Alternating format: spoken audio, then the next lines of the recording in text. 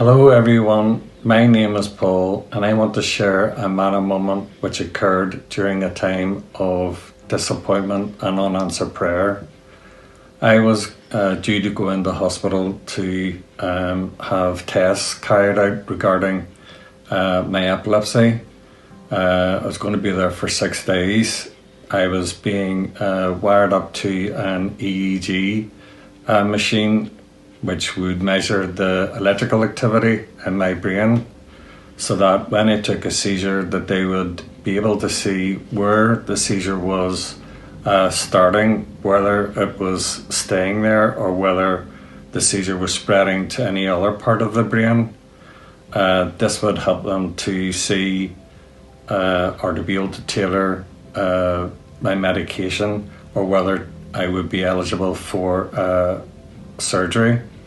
I shared this with the church and I knew during that week a lot of people from GBC were praying for me. My hopes for that week were very high that God would truly answer prayer, that I would take a seizure and I would get an answer to prayer so that my epilepsy could be treated in the right way. I was admitted in the hospital on a Saturday morning, and from that Saturday up until at least the Wednesday, my medication was being reduced. By Wednesday morning, nothing had happened and I felt really angry and frustrated. While I was washing my face that morning, I was crying out to God, literally. The tears were streaming down my face and I was just crying out to God saying, where on earth are you in all of this? Why have you not answered my prayer and the prayers of your people? What's the point of all of this? Heaven was silent. And so I went back to my bed, frustrated, knowing that or feeling that God hadn't heard me. So just lay on top of my bed in silence. A few hours later, Wendy had sent me a message via WhatsApp. It was a snapshot of a devotional by Paul Tripp for that day, and it read like this: yes, your life is hard right now. You're being called to do difficult things under the heat of the sun of this fallen world. You're called to say no to feelings of discouragement and the desire to quit.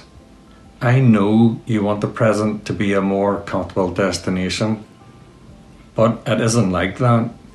It's an uncomfortable preparation for a comfortable destination, i.e. meaning heaven. God was with me in those lonely and broken hours. It was important for me to remain faithful to God and to continually to hope in Him.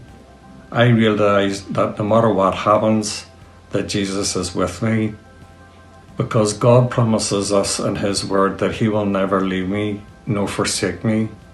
And this is a great hope for us during times of trial and tribulation.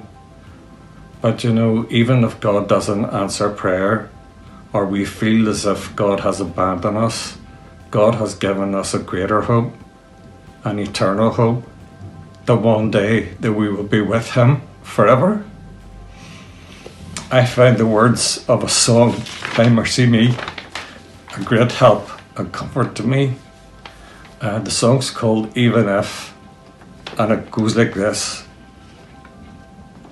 I know you're able, and I know you can sail through the fire with your mighty hand. But even if you don't, my hope is you alone. I know the sorrow and I know the hurt would all go away if you just say the word. But even if you don't, my hope is you alone. And that is just so true. That is a solid rock of truth, that no matter what happens, my eternal hope is secure, that one day that I will be with God in heaven. During times of unanswered prayer and times of trial and trouble, may we never lose our focus on the eternal hope that God has given us.